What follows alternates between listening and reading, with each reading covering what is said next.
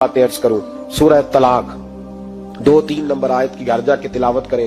रब करीम ने फरमाया वमन यत्तकिल्लाह यजअल लहु मखरजा, फरमाया जब तू अल्लाह से डरेगा तो अल्लाह हर मुश्किल से निकलने का तुझे रास्ता अता फरमा देगा। और क्या खूबसूरत अंदाज है कुरान मजीद का, और हमने इसका लाखों बार तजर्बा किया, बीसियों और सैकड़ों बार ये चीज जाती तौर पर प्रैक्टिकल से गुजरी। अल्लाह ने फरमाया हर मुश्किल से निकलने का रास्ता भी देगा, वयरज़ुक़हु मिन हैसु ला यहतसिब, और अल्लाह तुझे वहां से रिस्क देगा कि तूने कभी सोचा भी नहीं होगा।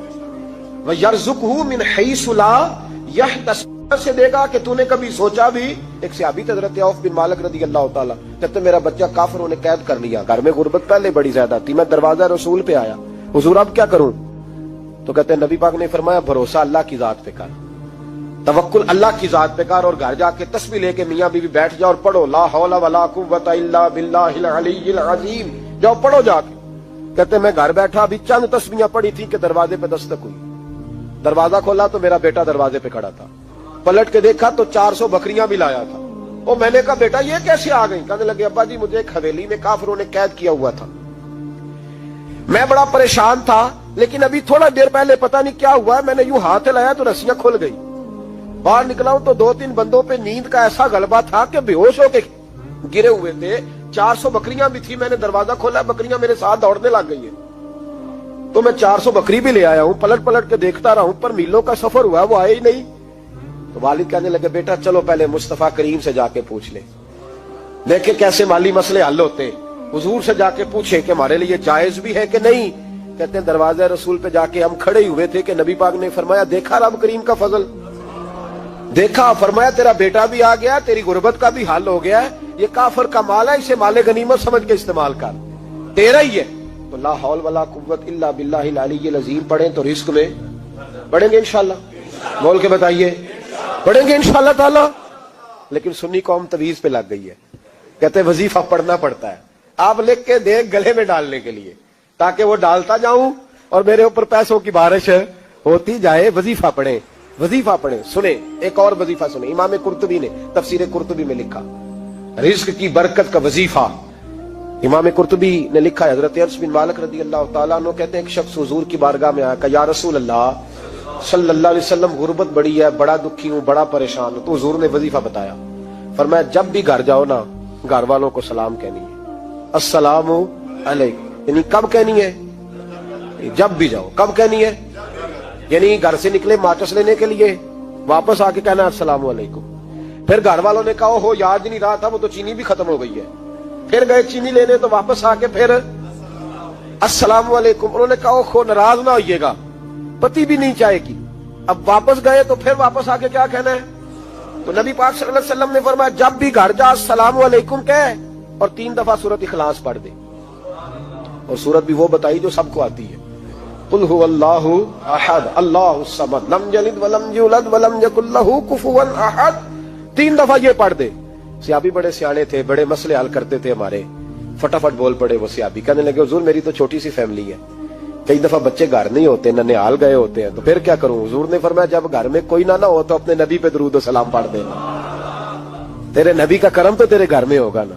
हजरत अनस बिन मालिक रज़ी अल्लाह तआला अन्हु फरमाते हैं कि हम इंतजार में थे कि बंदा वापस आए और रिजल्ट बताए।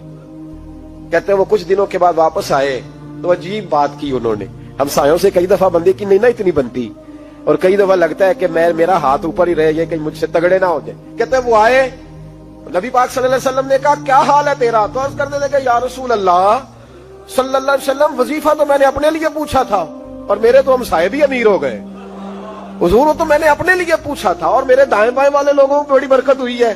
तो मेरे महबूब मुस्कुराने लगे, हुजूर फरमाने लगे गोया बरकतें तेरे घर में जब बरसी हैं तो छिन छिन के उनका फैद अल्लाह ने तेरे हमसायों को भी अता फरमाया। मुश्किल तो नहीं वजीफा, क्या करना है? तुसा नहीं आखना मुश्किल लगता मैनू, तुसी कर देना सलाम लवो, तुसी कहना बंदे असी ते सलाम असी लवीए, तुसी लवो जाओ के दोबारा घर जाके क्या करना है? चले कुछ ना कुछ 55% बोले ही है माशाल्लाह।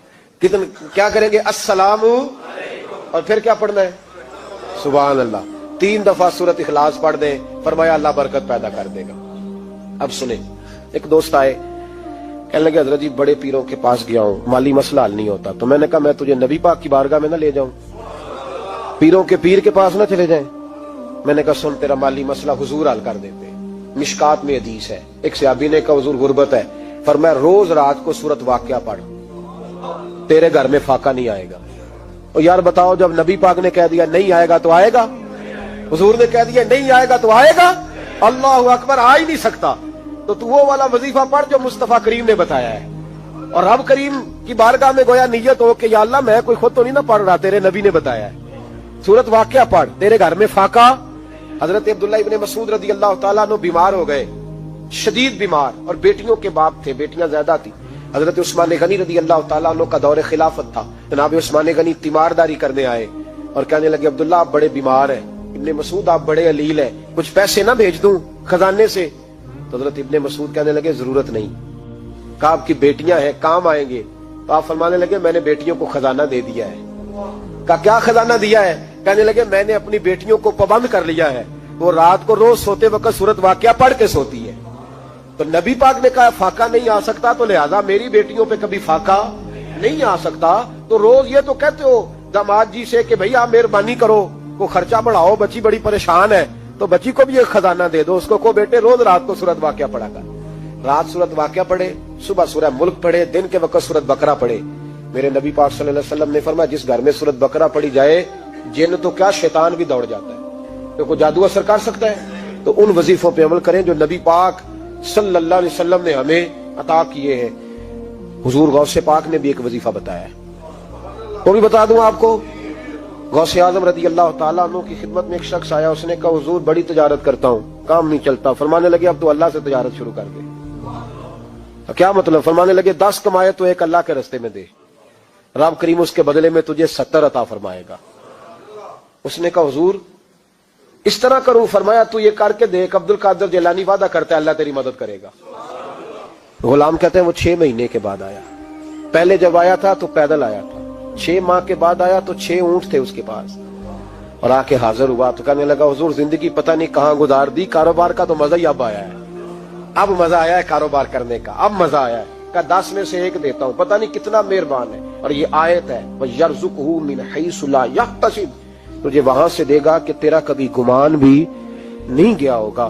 روحانی معاملات کو بھی ضرور شامل حال رکھیں, اور مال مانگے اس سے جو بے حساب دیتا ہے, دنیا داروں سے نہیں مانگے, اس سے مانگیں جو دیتا ہے تو پھر بے حساب ہی دیتا ہے. دعا کرتا ہوں اللہ ہر گھر میں برکت پیدا کر دے, ہر گھر میں فضل کر دے.